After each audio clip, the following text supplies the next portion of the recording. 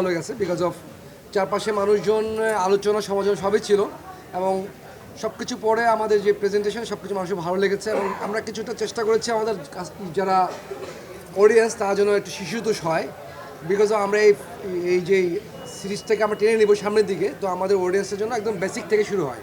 তো আমরা খুব বেসিকভাবে স্টোরি বলার চেষ্টা করছি, কোনো জটিলতা ছিল না। তো সেই ক্ষেত্রে ইনশাল্লাহ আমরা সাকসেস মোটামুটি আলহামদুলিল্লাহ। সম্ভবত আমি একজন ডিরেক্টর যে সবসময় নবগতনে কাজ করি বিকজ অফ আমার সিনেমার সবসময় হিরোইনরা থাকে খুব কী বলে স্টার, হিরোরা থাকে নতুন। রাসেল আমার এই ক্ষেত্রে খুব লাকি মানুষ হতে বা ও অলরেডি চ্যালেঞ্জ কমপ্লিট করে এসে এই সিনেমায় জয়েন করছে, সেক্ষেত্রে আমিও লাকি যে অ্যাটলিস্ট কিছুটা গমিং রাসেলের ছিল।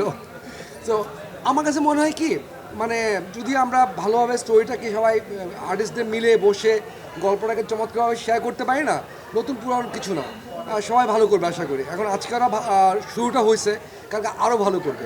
চ্যালেঞ্জ তো থাকেই নতুনদের নিয়ে কাজ করা, বাট এটা আনন্দের ব্যাপারও যে কারোর যাত্রাটা শুরু হচ্ছে আমাকে দিয়ে, এটা সত্যি আনন্দের ব্যাপার। আমি এক্ষেত্রে খুব লাকি, যেমন তিথি নবমীতে ক্যারেক্টার করেছে এবং এই জন্য অনেক ভালো লম্বা সময়টা প্রিপারেশন ছিল ওদের। অ্যাকশন ট্রেনার থেকে শুরু করে অ্যাডওয়ার্ড করেছে, ট্রেন করেছে লং টাইম ধরে। রাসেল একটা চমৎকার গ্রোমিংয়ের মাঝখান দিয়ে আসছে, দুজন মনে কলকাতাও ছিল একটা ট্রেনিং সেশনের মাঝে। So ultimately those guys are already ready ছিল এই প্রজেক্টের জন্য। সো এবং আরেকটা জিনিস হচ্ছে তিথির সাথে আমার কাজ 2017 থেকে ওর ফার্স্ট মনে হয় আমাকে দিয়ে ভিজুয়াল মিডিয়ার কাজ, এবং ওকে আমি খুব ভালো করে চিনি সেক্ষেত্রে।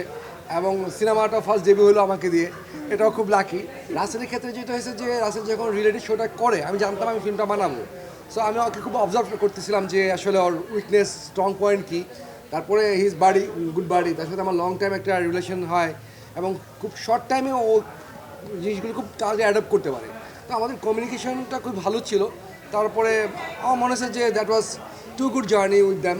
এবং নতুন বলেই না, ওরা আর্টিস্ট, তারা যোগ্য বলেই এই জায়গাটা এই কাজটা করতেছে, তো তারা যোগ্য হয়ে এই কাজটা করছে। সো আমি রাখি বরং এদের সাথে কাজ করতে পেরে।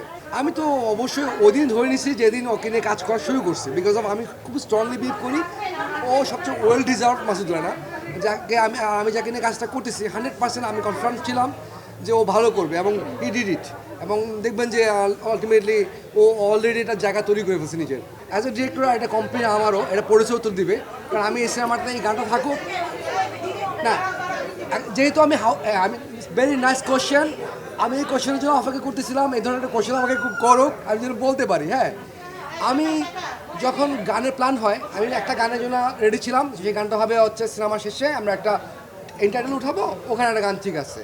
রাসেল নাচা যে করবে সেই ব্যাপার প্ল্যানে ছিল না, আমারও ছিল না, তিথিরও ছিল না, আমার কারোর কেউ রেডি ছিল না। তো আলটিমেটলি ঘটনাটা ঘটলো হচ্ছে আমরা হাউস বেস কাজ করি, সেখানে আমাদের অধিকার খুব কম থাকে, এটা একটা অভিযোগ বলতে পারেন। ঠিক আছে, ডিরেক্টরকে বিশ্বাস করতে হবে, ট্রাস্ট করতে হবে, দায়িত্ব দিলে ট্রাস্ট করতে হবে এবং তার কথা মতো অ্যাটলিস্ট সিনেমাটা সব কমপ্লিট করতে হবে। এটা আজিজ ভাইয়ের কাছে বড় অবজেকশন ছিল আমার। আপনারা আমাকে কোশ্চেন করছেন, আমি খুবই লাকি এই ক্ষেত্রে কোশ্চেনটা করার জন্য। আমি চাই কোশ্চেনটা আমাকে করুক, আজকে আপনারা করলেন। এই সিনেমায় গান যায় না এবং আমি শিওর নেক্সট ভার্সনে যারা সিনেমাটা যেহেতু অলরেডি আমরা একটু আপডেট করতেছি, দেশে বাইরে যাচ্ছে, এই গান চলে যাবে, ডিলিট হয়ে যাবে আগামী সাথে থেকেই। এটা প্রডিউসার করবে এই জন্য যে তারা হাউস বেস সিনেমা করে, যে ক্ষেত্রেই যে হাউস চিন্তা করে যে কোন ধরনের বিজনেস ভালো যায়। তো প্রডিউসার মনে হয়েছে যে আমি এটা বুঝি না এই ক্ষেত্রে। This is very good question, আমি আবার বলে আমাকে করতেছিলাম একটা ডিরেক্টরের সাথে এটা এই ধরনের ইনজাস্টিস হয়। এটা আজিজ ভাই ইনশাল্লাহ নেক্সট টাইম এটা করবে না কখনোই, এবং যখন কাউকে বিশ্বাস করবে তাকে স্ট্রংলি বিশ্বাস করবে যে সে এটা কমপ্লিট করতে পারে।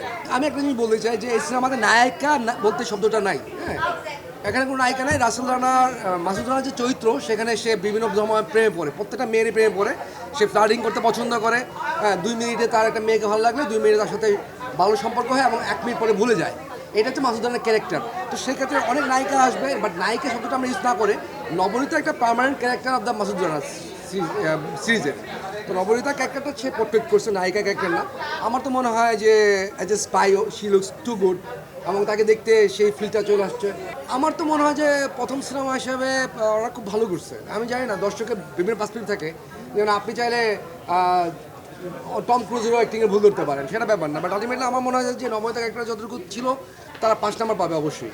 মাসুদ রানা এই গল্পে, আমাদের এই গল্পটায় বিসিআইতে মাত্র জয়েন করলো, এরপর থেকে টেক্সট বই ফলো করে ইনশাআল্লাহ যখন মাসুদ রানা হবে, যারা পাঠক তারা কিছুটা যদি মনক্ষুণ্ণ হয় সেটা থাকবে না। কারণ আপনারা হয়তো বুঝতে ভুল করছেন, আমরা কোনো বইয়ের কোনো গল্প নেই, যার কারণে আমাদের কিছুটা ফ্রিডম ছিল।